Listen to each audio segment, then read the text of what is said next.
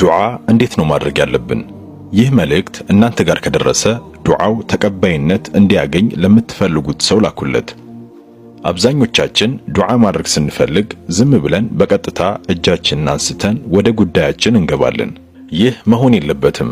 ምክንያቱም ነብያችን ሰለላሁ ዐለይሂ ወሰለም ያስተማሩን የዱዓ አደራረግ ይህ አይደለምና። ዱዓ ማድረግ ስንፈልግ መጀመሪያ አላህ በእኛ ላይ የዋለልንን ጸጋ በማስታወስ ከልብ እናመስግነው።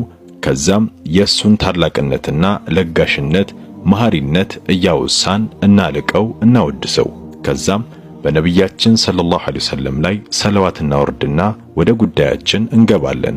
መጠየቅ የምንፈልገውን ሁሉ እንጠይቀዋለን፣ እንለምነዋለን። ይህ ነው ነብያችን ሰለላሁ ዐለይሂ ወሰለም ያስተማሩን የዱዓ አደራረግ ሥርዓት። የእሳቸው ስም ሲነሳ ሰለዋት ማውረዳችሁን አትርሱ። መልካም ጊዜ።